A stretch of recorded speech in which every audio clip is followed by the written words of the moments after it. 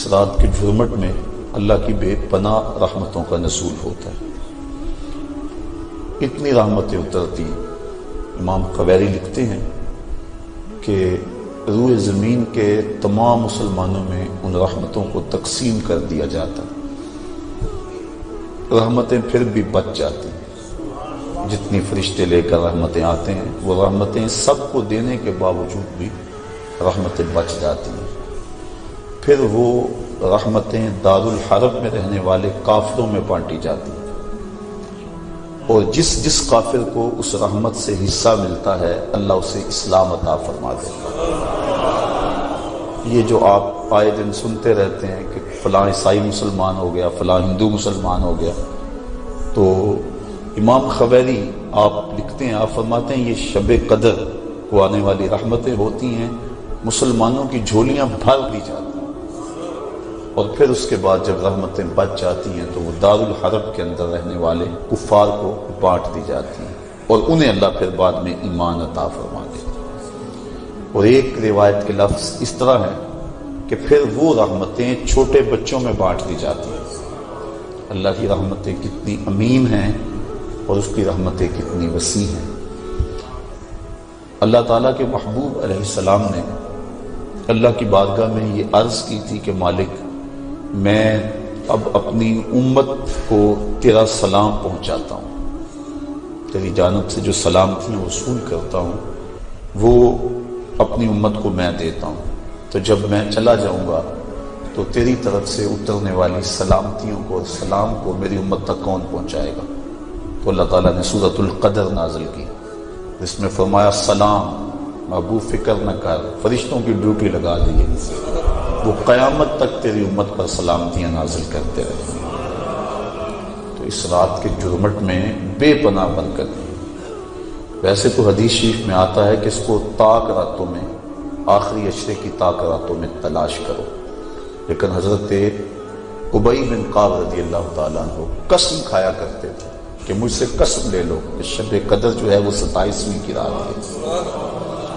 حضرت بایزید بسطامی فرماتے ہیں میں زندگی میں 2 مرتبہ شب قدر کو پایا ہے، اور دونوں مرتبہ 27ویں شب کو ہی پایا ہے۔ حضرت ابو الحسن ایک بزرگ ہیں، وہ کہتے ہیں جب سے میں نے ہوش سنبھلی ہے اس وقت سے لے کر اب تک ہر سال میں شب قدر کو پاتا ہوں، اور میرا تجربہ یہ ہے کہ اگر پہلا روزہ پیر کا ہو تو شب قدر 21 تاریخ کو ہوتی ہے، اور اگر پہلا روزہ جمعرات کا ہو تو شب قدر 25 تاریخ کو ہوتی ہے، اور اگر پہلا روزہ جمعے یا منگل کا ہو تو شب قدر 27 کو ہوتی ہے، اور اگر پہلا روزہ جو ہے وہ اتوار یا بدھ کا ہو تو شب قدر 29۔ اس کی رحمتیں بازو پھیلائے آواز دیتی ہیں بندے کو کہ کوئی ہے بخشش مانگنے والا، کوئی ہے رزق مانگنے والا، کوئی ہے سوال کرنے والا، میں اس کی جھولی میں بھرا ہوں۔ ہم تو مائل بکرم ہیں، کوئی سائل ہی نہیں، راہ دکھلائیں کسے، کوئی راہ روے منزل ہی نہیں۔ صرف 4 اشخاص ہیں جو اس رات محروم رہتے ہیں۔ ایک عادی شرابی، شراب کا رسیہ، دوسرا والدین کا نافرمان، تیسرا قاطع الرحم، خون کے رشتوں کو توڑنے والا، اور چوتھا وہ شخص جو سخت دشمنی رکھنے والا۔ اور سخت دشمنی اس کو کہتے ہیں جو 3 دن سے زائد ہو، کیونکہ مومن جب ایک دوسرے سے ناراض ہو جاتے ہیں تو 3 دن سے زیادہ ناراض نہیں رہتے، تو جو 3 دن سے زیادہ ناراض ہیں ان کو سخت دشمنی رکھنے والا کہا جاتا ہے۔ تو اس رات کی جرمٹ میں، اس رات کے حسین لمحوں کے اندر یہ 4 بندے اللہ کی رحمتوں سے محروم رہ جاتے ہیں۔ اگر توبہ کر لیں تو اللہ تعالیٰ جل شانہ اس رات کا حصہ ان کو بھی عطا فرما دے گا۔ اور ایک حدیث کے اندر آتا ہے کہ جو شخص شب قدر کو 2 رکعت نوافل اس طرح ادا کرے کہ سورہ فاتحہ کے بعد 7 مرتبہ سورہ اخلاص پڑھے، اس کے بعد سلام پھیر کے کہے استغفر اللہ و اتوب الیہ، اور یہ 70 مرتبہ پڑھے بعد میں، تو اپنی جگہ سے اٹھے گا نہیں کہ اللہ اسے بھی اور اس کے ماں باپ کو بھی بخش دے گا، یہ اللہ اسے انعام عطا فرماتا ہے۔ انشاءاللہ بعد میں ہم اس کا اہتمام کریں گے، اور بھی نوافل وظائف اور مختلف جو ہیں وہ شب قدر کی برکتیں اور فضیلتیں ہیں۔ سورہ تکاثر اور اس کے بعد سورہ اخلاص پڑھنے کا حکم ہے، اور وہ 4 رکعتیں ہیں، 70 مرتبہ پڑھی جائیں۔ دیگر مختلف جو ہیں وہ علماء نے اپنے اپنے تجربات اور ان کو جو روایات ملی ہیں وہ امت تک منتقل کی ہیں۔ تو یہ رات اپنے دامن میں اس اعتبار سے بہت ساری رحمتیں لیے ہوئے ہمارے ہاں جلوہ گر ہے۔ اللہ تعالیٰ اس رات کی برکتیں ہم سب کو نصیب فرمائیں۔ اس کو توبہ و انابت کی رات بھی کہا جاتا ہے۔ جب انسان جاگتا ہے اس رات میں تو اللہ تعالیٰ جل شانہ ما قبل کے سارے گناہوں کو معاف فرما دے۔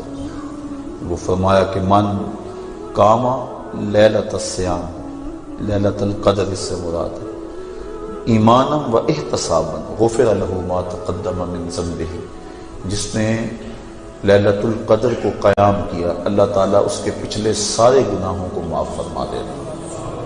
ایمانا و احتسابا، 2 شرطیں ہیں، ایمان کا اور دوسرا اپنے نفس کا محاسبہ کر رہا ہے، کیونکہ اپنے نفس کو محاسبے میں رکھنا چاہیے، اس کو بے لگام نہیں ہونے دینا چاہیے۔ جو پڑھ رہے ہیں کہہ رہے ہیں اس پر مانند استہزاء موجود ہو، اور ہم اگر توبہ کریں، رجوع لائیں اس کے حضور، تو وہ صرف زبان سے نہ ہو بلکہ ہمارے دل کی اتھاہ گہرائیوں سے۔ فرمایا کہ التائب من الذنب کمن لا ذنب له والمستغفر من الذنب وهو مقیم علیہ کالمستہزئ بربہ، جو گناہوں سے توبہ کرتا ہے وہ تو ایسا ہے جس طرح اس نے گناہ کیا ہوئے ہے، اور جو توبہ کرتا ہے استغفار بار بار پڑھتا ہے، استغفر اللہ کہتا ہے، لیکن وہ گناہوں کو چھوڑنے کا ارادہ نہیں پاتا اپنے اندر، جمع ہوا ہے گناہوں پر۔ کہا کل مستہزئ بربہ، وہ اپنے رب سے مذاق کرنے والا ہے کہ جس پر استغفار کر رہا ہے اس کو تو چھوڑ ہی نہیں رہا، اس کا تو ارادہ ہی نہیں کر رہا کہ میں نے اس کو چھوڑنا ہے، تو وہ تمسخر کرنے والا کہلاتا ہے۔ تو جو ہم دعا مانگتے ہیں، جو ہم کہتے ہیں، مانند اس کا استحضار ہونا چاہیے، اور جو ہم اللہ سے وعدہ کرتے ہیں اس وعدہ کو پورا کرنے کی کوشش کرنی چاہیے۔ اللہ تعالیٰ کریم ہے۔ حضرت عائشہ صدیقہ رضی اللہ تعالیٰ عنہ فرماتی، میں نے حضور سے عرض کی، ترمذی اور ابن ماجہ کی روایت ہے کہ جب میں شب قدر کو پا لوں تو میں اللہ سے کیا مانگوں؟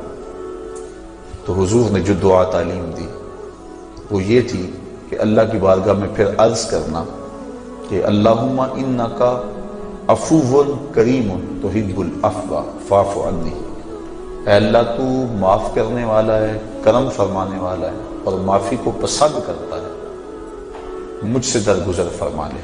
تو یعنی اس خاص لمحے کے اندر اگر اللہ سے کچھ مانگنا ہے، جب شب قدر کو پا لے، وہ لمحے آ جائیں، جب جبریل مصافحہ کر رہے ہیں، جب بدن کے رونگٹے کھڑے ہو جائیں، رقت طاری ہو جائے، وہ کیفیت بن جائے کہ دل کہے، وجدان ادراک کرے کہ یہی لیلۃ القدر ہے، یہی وہ لمحے ہیں، اور یہ جو میرے اوپر کیفیت ہے یہ مصافحہ جبریل ہے۔ جب یہ کیفیت مل جائے تو اس وقت اہم وقت کیا مانگے؟ تو کہا اہم وقت یہ مانگے اے اللہ مجھے معاف کر دے۔ تو یہ اہم دعا ہے مومن کی، جس کو تعلیم دیا گیا شب قدر کے حوالے سے۔ آگے پیچھے بھی اللہ کی بارگاہ میں یہ دعا مانگنی چاہیے۔ اگر انسان کے توبہ سے گناہ مٹ جاتے ہیں، استغفار پڑھنے سے، عفو و کرم کا مطالبہ کرنے سے، اور اگر گناہ نہ بھی ہوں تو اللہ تعالیٰ درجے بلند فرما دیتا ہے۔ حضور علیہ السلام نے ارشاد فرمایا، میں ہر روز اللہ سے 100 مرتبہ استغفار کرتا ہوں، 100 مرتبہ، جبکہ حضور کے دامن پہ تو گناہ کا ایک داغ بھی نہیں ہے، لیکن اس کے باوجود 100 مرتبہ حضور اللہ کی بارگاہ میں استغفار کرتے ہیں۔ اور ہم جو لتڑے پڑے ہیں گناہوں سے، صبح سے شام تک ہماری زندگی اسی دلدل میں پھنسی ہوئی ہے، تو پھر ہمیں تو بہت زیادہ استغفار کی ضرورت ہے۔ اللہ اکبر، عبرت اللہ نصیب فرما دے۔ وہ ایک بچہ تھا چھوٹا، جنگلوں میں رو رہا تھا، اور اس کی آنکھوں میں آنسو امٹ رہے تھے، اور چیخ رہا تھا، رو رہا تھا۔ کوئی بزرگ تھا، وہ قریب سے گزرا، دیکھا بچے کو رو رہا ہے، کہا بیٹا کیا ہوا؟ کہا اللہ سے بڑا ڈر لگا۔ چھوٹا سا بچہ 6-7 سال کی عمر ہے۔ اللہ اکبر، اللہ سے ڈر لگتا ہے۔ تو اس نے کہا بچہ تیرے تو نامہ اعمال میں بھی گناہ ہی درج نہیں ہوا، جب تک انسان بالغ نہیں ہوتا تو نامہ اعمال نہیں کھولا جاتا، جب بلوغت ہوتی ہے تو فرشتے نامہ اعمال کھول کر بیٹھ جاتے۔ تو کہا تیرے تو نامہ اعمال میں گناہ ہی نہیں ہے تو کیوں رو رہا ہے؟ کہا میں نے اپنی امی کو دیکھا تھا کہ وہ چولہے کے اندر لکڑیاں ڈال کر ان کو آگ لگاتی تھی، آگ نہیں لگتی تھی، دیا سلائی بجھ جاتی تھی۔ اس نے چھوٹی چھوٹی لکڑیاں لی اور ان کو توڑ کے نیچے رکھا، پہلے چھوٹیوں کو لگائی اور ان کو لگی، پھر بڑیوں کو لگ گئی۔ تو میں اس وقت سے چیخ رہا ہوں کہ حشر کے دن جہنم کے اندر بڑے بڑے گناہ گاروں کو ڈالا گیا، آگ نہ لگی تو مجھ چھوٹے کو نہ رکھ لیا جائے۔ یعنی خوف اور خشیت کا عالم دیکھیے۔